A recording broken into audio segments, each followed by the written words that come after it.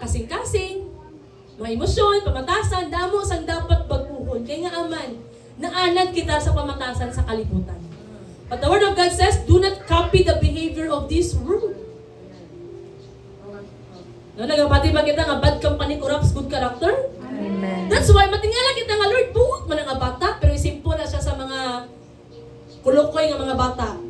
Ang pagkabuot niya, Mabahiran. madula, mabahiran sa pagkakulukoy. No? Kanang Dungol. dungol. Kanang isa ka bata, di na sukarap, pero isagol na sa sukarap. Maging sa Di ba? Maging sukarap. Mm. That's why, ambas sa sayings, tell me who your friends are, and I will tell you who you are. So, kinahanglan natin nga, careful kita kung sino itong premier ng istorya, sino ang premier nga ginaupod-upod, di kita nag-open up. Kaya aman, may aras ang transference of spirit. May aras ang impartation. Matingala ka nga, Lord, hindi ba kusang ano ka nang mainitin ang ulo, pero sobrang grabe ka. Dali-dali lang, ugot ako nga ano. No, kaya aman. No? Transference of spirit. That's why ba sa Word of God karon ang challenge sa Ginoo. Tanan ta gusto magpalangit. Tanan ta gusto mag-start dito, pero may aras ang requirements. Ano ang requirements? Number 1, understand the privilege of trusting in Christ and the privilege of suffering for Him. Sino gusto mag-suffer para kay Christ? Amen. Amen. No, yun na, no? Amen. Mama? Kaya ang pagsunod sa Ginoo puno sang suffering. Amen? Amen. Ang tuod-tuod na nagsunod sa Ginoo damo-damo gid sang suffering. Hindi lang isa, hindi lang duwa, damo gid. Bago lang tapos ang isa duman. May kali wala pa natapos. Supon-supon. Sumpay, dugtong. Nga, damo sang suffering kasi si Jesus nag-suffer. Si Jesus nag-antos. Hindi kita labaw pa kay Jesus. May ara ba sang servant na naglabaw pa siya sa iyang master? Wala. Di ba wala? Si Jesus, siya ang atong nga master. Kung si Jesus nag-antos, dili sa kalibutan mag-antos man kita. Pero ang pinakamaayo lang, kung si Jesus nahimo nga madinaugon kita, mahimo man nga madinaugon. Jesus, He is a fully man and fully God. Kung ano na mga emosyon mo subong, ginabatsyag mo subong, sa huna-huna mo subong, nabatyagan ni Jesus. Na-experience na ni Jesus. Kung karon, walang-wala kagid si Jesus, actually wala siyang daanan nga namin. Bato. Ang siya tulog? Ay, ano yung anong iyang kanang Ulunan. ulunan? Bato! May pa daw mga milo. No, ang mga birds, magkatulugan. Pero si Jesus, nga anak sang Ginoo, ay katulugan. May pagkakita, nakakutsyon. Tama? Nakahubog pa nga ulan. Pamusti. Aircon. No? Kaysa naka-aircon pagkit si Jesus, wala. He is the Fresh Prince. air. Pero nga kaya amo to ang gipakita ni Jesus. Gipakita niya ang pagpaubos. Gipakita niya na hindi ang kwarta ang tuod-tuod ng kalipay. Gipakita ni Jesus na nakisimpatya siya sa aton, nakisimpatya sa mga kapos, nakisimpatya siya sa mga walang-wala, nakisimpatya siya sa mga masakiton. Si Jesus, naglakad siya sa mga tao nga may mga sakit, may mga samad, no? Damos ang mga balaktian. Karon hindi man ta physically kanang illness or wala man ta physical illness, pero ginatan-aw ni Lord kanang samad natong sa kasing-kasing. Kung naglakad si Jesus para sa imo kag para sa ako. Amo ta sinakapalangga ni Lord. That's why sa Word of God, it is a privilege. Pribilehiyo nga gintawag ka ginpili ka sa Ginoo. So nalipay yung pili siya ni Lord. Nalipay ba ta? Amen. Nalipay ba ta? Sure gid. No? Isa, Lord, nga ako gid. Sa kadamo-damo, Lord, nga ako gid. But it is a wonderful privilege na ginpili ka sa Diyos. privilege siya. Kaya ang tao karon puno sa kasama. Kagamiton ka sa Ginoo. Isa ka pribilehiyo ang pagpagamit kay Lord. Basahan natin in Philippians 1:29. Let's read it together. 1, 2, 3, go! For you have been given not only the privilege of trusting in Christ, but also the privilege of suffering for Him. Kay ang ginhatag ng pribilehiyo sa inyo hindi lang nga magtuo kamo kay Kristo, kundi mag-antos man para sa iya. Pribilehiyo gali ang pag-antos para sa iya. Actually, may pag-antos sa kalibutan. Amen? Dapat pag-antos para sa kalibutan. Nag-aantos ka para sa imong future, nag-aantos ka para sa imong career, nag-aantos ka para sa imong savings. But it is a wonderful privilege nga nag-suffer ka para kay Christ. Benefit mo ba? Now, for example, may ka na kwarta, pero gatag mo gapon ang imong kwarta. Ha? Kulang ka sa tulog, pero gihatag mo gapon ang imong higayon para naging makadasig ka.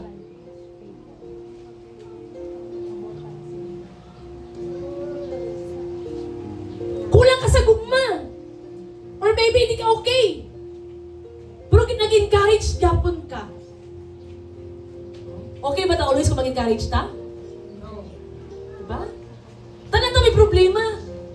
Pero ginapili naton nga mag-encourage, biskan discourage na ta. Kaya ba sa Word of God, mulahan daw itong mag-encourage ang isig katao? Kaya siya ma-encourage man. For example, discourage ka. Imbis ka ikaw itong i-encourage, pero ginsugo ka sa Diyos ka mag-encourage sa iban, sa imo nga pag-encourage, na-encourage ka man. Sa imo nga nabatian nga problema, baka ay, problema ko, gamay lang galing, isa sa ila. Bulahan kadtong mag-suffer para kay Kristo. Hindi mo matalis, praise. Diba? Blue. Praise.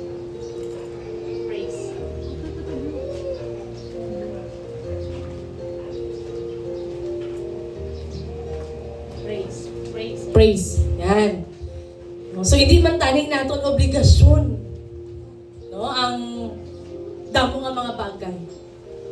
Pero tungod kay sugo sa Dios, ang isa ka pribilehiyo. No, hambali imo katapad, pribilehiyo. Pribileyo. Privilege. No? Isa ka privilege. Ang pagpagamit sa Ginoo, isa ka privilege. Hindi kawalan, hindi waste, hindi isang wala pulos ang pagpagamit sa Ginoo. No? Alang pagdalayo sa pagkaon every Thursday, hindi siya sa wala pulos. Ang pagpagamit mo sa imong kagamitan para sa Ginoo, hindi na siya wala pulos. Ang pagpagamit mo sa imong kinabuhi sa Ginoo, hindi na siya wala sang pulos. Isa ka pribilehiyo ang pagpagamit sa Ginoo. Kag gusto ni Lord karon, aton nga maintindihan nga privilege Lord ang pagtawag. Nga privilege Lord nga gitawag mo ko kag ginpili mo.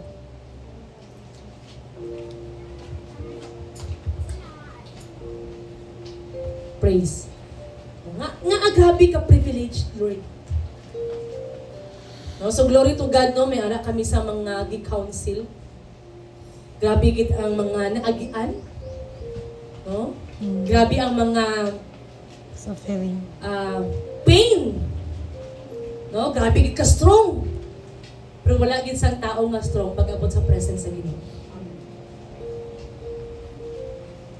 It takes the presence of the Lord for us to surrender at the feet of Jesus. Di ako ma-experience mga Lord, grabe nga mga kinabuhi mo. Kung feeling naton, kaya naton grabe ka down. Kung feeling natin, kita natin grabe ka, ang naagyan natin sa kinabuhi, pero may arak pagaling mas lala, mas grabe. And it is our privilege to share the word of the Lord. To share the love of Jesus. That's why gitawag ka ni Lord, hindi lang para maluwag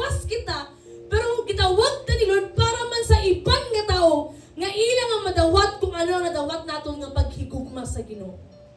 Sinalipay nga na nabati niya ang gugma ni Lord. Amen. Kinatanan, nalipay. Amen? That's why may kisa, may mga, siyempre, kisa natin sa emotion natin, Lord, kapoy na gid ko, Lord. Pero kung maintindihan mo, gitawag ta ka hindi lang para sa imong kaluwasan. Gitawag ta ka para sa iban.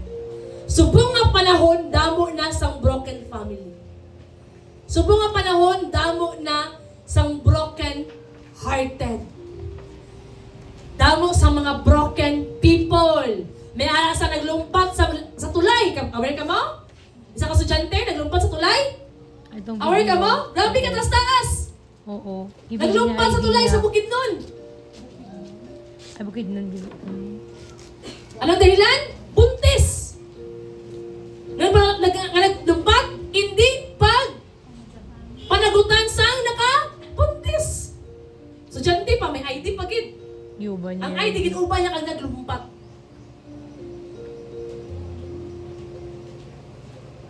That's why, hindi ta maging self-centered. Lord, kaluoy ko, Lord. Lord, sayang pa ni Lord para pa rin sa ako, Lord. Look around. Damo sang tao subungan ning inahanglan sa imo kag sa akon. Damo sang tao subungan ning inahanglan sa gugma sa Dios.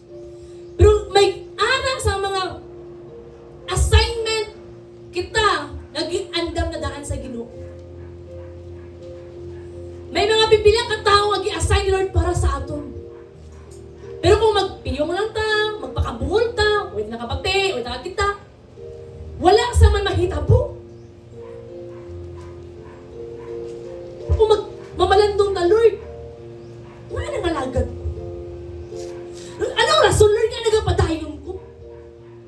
Eh kung wala ka sang rason nga nagapangalagan ta, nga nagapadayon ta, with a purpose. Ano ang purpose ni Jesus nga naglakad siya sa kalibutan? To save and seek the lost. Kita dati lost ta. May somebody, may someone nga nag-invite sa aton, nag-encourage sa aton, ginabalik-balikan ta, until such time nga na-win ni Lord ang aton nga kasing-kasing. Some of us here, naka-divine encounter na. Gusto ni Lord, hindi lang hasta lang divine encounter. Gusto sa Diyos nga magpagamit ta. Kaya kung ano ta ka-broken, damo man sa mga tao sa kalibutan nga grabe man ka-broken. Nang bali mo ka dapat wake up. Wake up. Wake up. Pukawan na. No, pukawan kasing-kasing nga nagkatulog. Wala lang ka giluwas para lang sa imo kaugalingon. Wala lang ka giluwas para makomportable ka na ka. Siguro karon ala ka sa imo comfort. Look around. Damo sa mga tao nga grabe ang pain. Niyara pa ginikanan nga ginsulog ang mga piste. Pag hindi ka mo sa piste, Mga bayo. mga bayo. No? May mga ginakanan man nga wala sang pakabana. Mm. That's why Mm. kita, extension ta sa gugma sa Diyos. Nakabali mo katapat, extension ka sa gugma sa Ginoo. Extension ka sa Google. Hindi mali nga magtrabaho ta. Hindi mali nga magnegosyo ta. Pero sa isa ka simana, sa isa ka bulan, sa isa lang. O may mga time, even sa akon, may mga time gid nga, Lord, damo-damo pag ikaw sa kailangan trabahoon. No, Lord, damo-damo yung pag ikaw sa pending works. May mga client ka panawag na, kamusta na? Lord, kabalugid ka, Lord, kung di ko na busy, Lord. Glory to God, diyan ay mo sa Ginoo. Ano gusto ni Lord? Seek Him first. And all these things shall be added. Kung may panahon na ginapapray ka sa Ginoo, then pause and pray. Kung may mga panahon na gina-convict ka ni Lord sa Holy Spirit nga, bisitahin eh. Then bisitahin. No, kung hindi ka kabalo, hindi ba ko kabalo? Tap your leader. Leader, okay lang, mag-ano ta dito, maglakad ta. Tap somebody nga ahead sa imo. anak mo ahead sa imo din. Pwede ba na? Updan mo ko na. Tap somebody.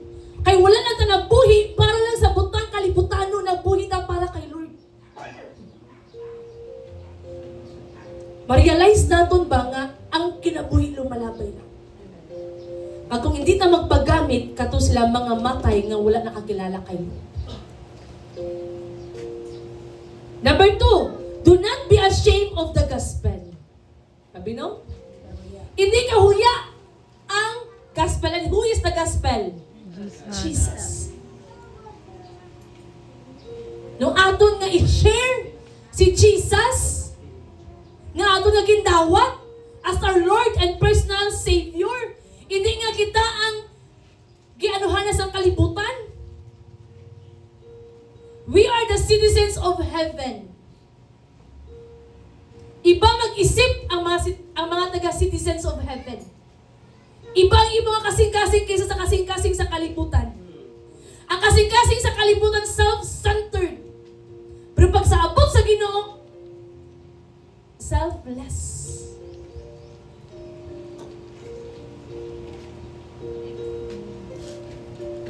Nga grabe ka buka ang kalibutan karon. Kay damo ang wala na nakahinumdum sa ilang nga misyon. Kaya ikaw isa ka broken family, it is not an accident nga nahimo mga broken family. Kung gibiyaan ka, hindi na aksidente nga gibiyaan ka. Kung nasakitan ka, hindi na aksidente nga nasakitan ka. Tungkol kay kaagipat sina, may ara ka sang misyon na kailangan i-accomplish.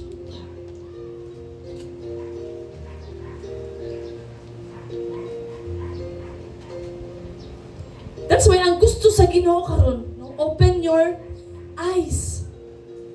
No, room around, lantawa ang palibot. Damo sa mga tao nga samaran. Kung focus ka na sa iyong pag-eskwela, pagtrabaho, pagdigusyo. Ang hari, katag iya sa kinabuhi, maningil na.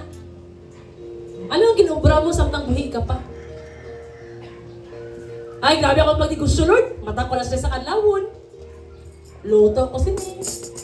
Ay, prepare ko sini. Why na? Hindi na mali.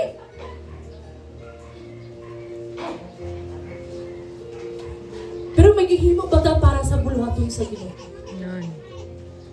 Gitawag. Pero may ginhimo ba ta para sa ikalipay sang hari? Romans 1:16. Let's read the word of God in Romans 1:16. 1, 2, 3, go! For I am not ashamed of this good news of Christ. It is the power of God at work, saving everyone who believes, the first and also the Gentile. Thou, for I am not ashamed of this good news about Christ. About Christ. Nang hindi pa man abi ko kabalo sa mga word of God. Hinapagit ko. Ano ang gusto ni Lord? Imo nga testimony. Paano ka nakadawat sa gugma sa Ginoo? Paano na-transform ang imo nga hunahuna ang may ara gali sa buhi nga Ginoo? May ara gali sa amahan nga ara sa langit. Amen. Your testimony. Hamba sa word of God, ang enemy daw, makaya natin sila suklan pinaagi sa hamili nga dugo ni Jesus kag sa aton nga mga testimony. Through our testimony. That's why we need to testify who Jesus is into our life. Sino si Jesus? Ano ba gihimo ni Jesus? Kaya kung wala may ginhimo si Jesus sa aton, mag-untat na ta. Pero may ginhimo pa si Jesus sa aton? Kaya may ginhimo si Jesus sa aton din. Ano itong ginhimo ni Jesus sa aton? Amo amo tong i-share. Amo tong i-testify. Actually, grabe ko ka-broken. Grabe ko. But because of the love of Jesus, siya ang nag-ayo sa ako ng saman. Makaliits ng mga broken family, di ba? Dali ba maging broken family? Dali. You are blessed kung kumpleto mo pamilya. Pero kung nagdako ka sa broken family, grabe nga struggle. You need to be independent. You need to be strong. Kunuhay. But deep in your heart, grabe ka nagali ka. Broken. Kag wala nagkamali si Lord na adra ka nagdako nga family. Because you have a role to play. Hambalin mo katapat, you have a role to play. You have a role to play. Luke 9:26. 1, 2, 3, go, basa! Sa hiligay ng tadaritso. 1, 2, 3, go, basa! Kay ang bisan sino nga nagakahuya sa akong mga ginatudlo, igakahuya ko man kung ako ang anak sang tawo. Magbalik nga nagasila sa gakom nga halin sa amay kag sa balaan nga mga anghel. Anda, kung sino daw nagkakahuya sa iya, huya ka ta. Basod niya sino ka.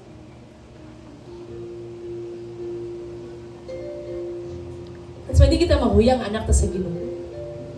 Dito mahuya, ipapray ta. Diba? Kung maapuan ganita, thank you Lord sa privilege. Hindi natin ipagkahuya ng anak ta ni Lord.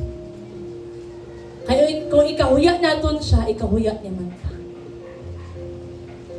Romans 10 verse 8 until 10. Next verse. Romans. Yan. Romans 8. 10 verse 8. 8 ana itong first. Yan. Okay, 1, 2, 3, go. May ano ba sa ilagay ng version? Okay, sa English na 1, 2, 3, go. In fact, it says, the message is very close at hand. It is in your lips and in your heart.